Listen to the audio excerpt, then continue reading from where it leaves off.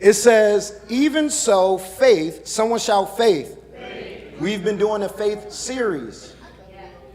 It says, even so, faith, if it has no works, is what? Faith without works is what? I want you to consider that for a moment. You can have all the faith you want. You can pray all the kind of prayers you want. You can fast all the kind of fasting you want. But if you don't take action, nothing is going to happen. But usually the disconnect between faith and action is courage. How do I find the courage to overcome my insecurities? How do I find the courage to overcome what people are thinking about me? How do I find the courage to get over whether or not if this thing is going to fail, the fear of fail? How do I overcome it? Or a better question is, why do I need courage as a believer? Why do I need courage as a believer? There are 3 points I want you to write down. Why do we need courage? Point number 1. The reason why you and I need courage is because we possess the light and the glory of God. So in other words, people will not see God unless you display him. The level of God that people, unbelievers, are going to see in this world is predicated on your ability to have courage to shine the light and to display the glory.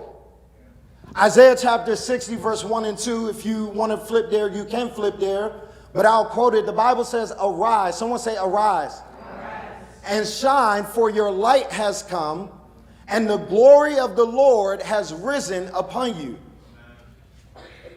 Here God is saying that you have light and you have glory. There is something on your life. There's something on my life that can make the difference. But it will not make a difference if I do not stand in courage.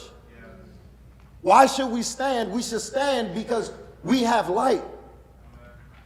Have you ever been in a group setting before and you know the answer? You're like, young, I know the answer to this question, but I'm not going to say anything. I'm going to let them figure it out. Oh, no. Even worse. You know the answer, right? And you're getting ready to share the answer, but then that person that talked too much end up sharing your answer. And then everybody be like, man, you so smart. And in your heart, you're like, man, but I knew the answer. Well, that's how it is in our faith journey with God. There are a lot of people who have questions and you have the answer. There are a lot of people who are walking in darkness, but you have God's redeeming light. There's a lot of people who are in bondage and you have freedom. But listen, freedom without courage is absolutely irrelevant. In fact, point number 2, why do we need courage? Christianity is absolutely irrelevant without it. If there was no courage from Peter, there would be no Christianity. If there was no courage from Jesus, there would be no Christianity. The reason why you and I are in this room is because Jesus decided to have courage.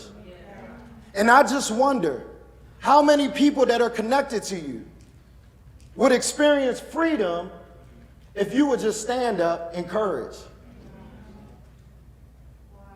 Some may ask, well, why is my Christianity not effective?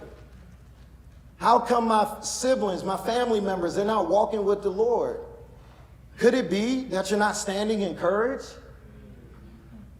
Could it be that is this a tough message for you all? I knew I wasn't going to get a lot of amens, but I promise you, by Wednesday, you're going to say, Lord, that man knew what he was talking about. You just got to let it simmer for a little bit. But maybe the reason why your Christianity, my Christianity, is not effective is because I lack courage.